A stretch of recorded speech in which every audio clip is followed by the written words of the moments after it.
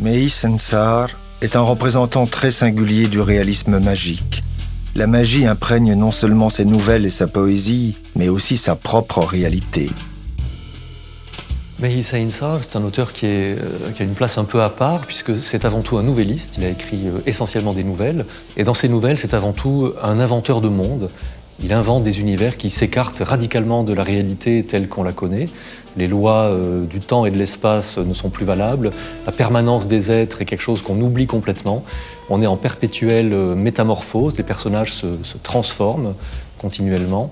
Et il n'y a pas de solution de continuité entre le monde humain, le monde animal, le monde végétal, le monde minéral même, pourquoi pas.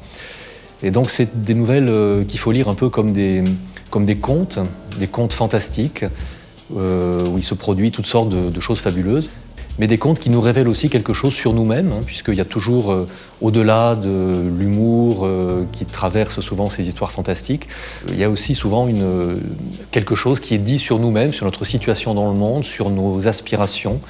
Et dans cette métamorphose des êtres, il y a souvent la volonté de se surpasser, de transcender sa condition humaine, d'atteindre un état supérieur de l'être, qui rendrait des choses possibles, alors que dans notre condition humaine, on ne peut pas accomplir certaines choses. Les choses ont des contours bien nets, répéta M. Paul. Et moi aussi. Alors, par acquis de conscience, il regardait également à l'intérieur de lui-même. Et au début, là aussi, tout lui parut normal. Il y avait apparemment des murs, une table et un plancher qui semblaient en parfait état. Un peu plus loin, cependant, se trouvait une chaise, un peu cassée. Sur celle-ci était assis un monsieur dont on ne voyait que la cigarette fumante. Tiens, pensa M. Paul. Ensuite, il aperçut une poule dans cette immense pièce.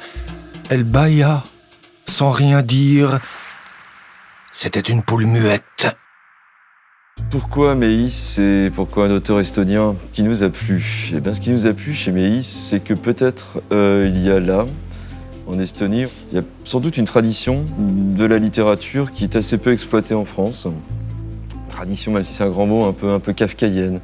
Une façon de considérer notre monde et notre contemporain d'une manière complètement décalée, d'une manière drôle, ça c'est très important, d'être drôle, et de dire beaucoup, peut-être, sur notre incapacité à être tout à fait moderne, d'une certaine manière.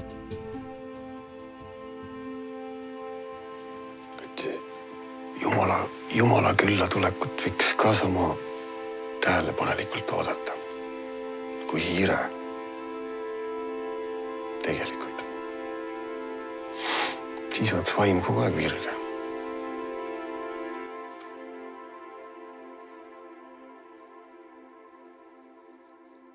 Et je crois que ça séduit également les lecteurs français. Parce qu'il y a assez peu d'exemples, en fait, dans la littérature française contemporaine, à part peut-être Jean-Philippe Toussaint, pour prendre les auteurs les plus connus, qui pratiquent finalement cette forme d'écriture qui n'est pas dérisoire, mais qui est bien la dérision, qui est la dérision des aspects, disais-je, donc les plus contemporains de notre monde. Et je pense que pour tous les lecteurs qui ont découvert ce volume, ça a été une véritable découverte. Et on a reçu quelques lettres nous demandant si effectivement on avait l'intention de poursuivre l'aventure avec Meïs. Je pense que Meïs ne sera pas contre.